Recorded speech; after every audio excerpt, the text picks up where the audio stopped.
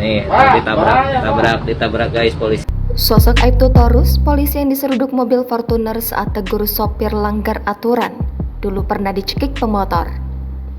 Anggota Polantas Polsek Cengkareng, Aibtu Torus baru saja menjadi korban penyerudukan mobil Fortuner di Cengkareng, Jakarta Barat. Peristiwa tersebut terjadi di lampu merah wilayah Rawabuaya, Jakarta Barat pada Senin 20 Maret lalu. Saat itu, Aibtu Torus berusaha menegur pengendara mobil Fortuner bernomor polisi B12MGN yang melanggar aturan lalu lintas.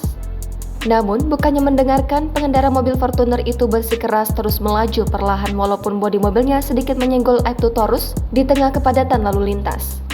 Beruntungnya, pengendara Fortuner itu akhirnya mendengarkan imbauan yang diberikan Torus. Warganet pun langsung takjub dan penasaran dengan sosok Aibtu Torus. Polisi yang memiliki nama lengkap Aibtu Torus Marasi Prapat ternyata sudah 29 tahun mengabdi menjadi anggota Polri. Beliau diketahui merupakan lulusan Bintara tahun 1993 hingga 1994 dan mengaku menikmati perannya saat ini menjadi anggota Polri. Pengalaman pun tidak menyenangkan bukan hanya dialaminya kali ini.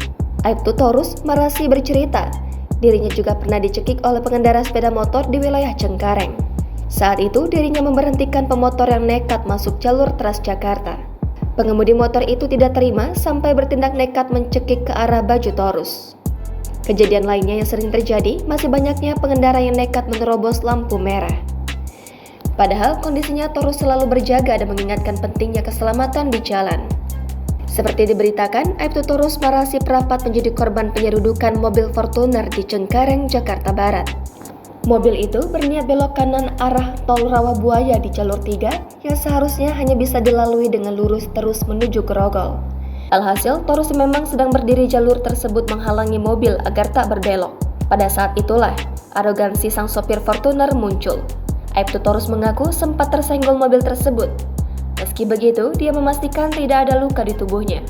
Menurut pelacakan polisi, tertera pemilik mobil berinisial MRN yang berdomisili di Jakarta Timur. Pajak kendaraan itu pun sudah mati sejak tahun 2020. Terkini, polisi masih mendalami kejadian tersebut untuk menentukan apakah ada unsur pidana yang dilakukan sang sopir. Jangan lupa subscribe, share, komen, dan like ya!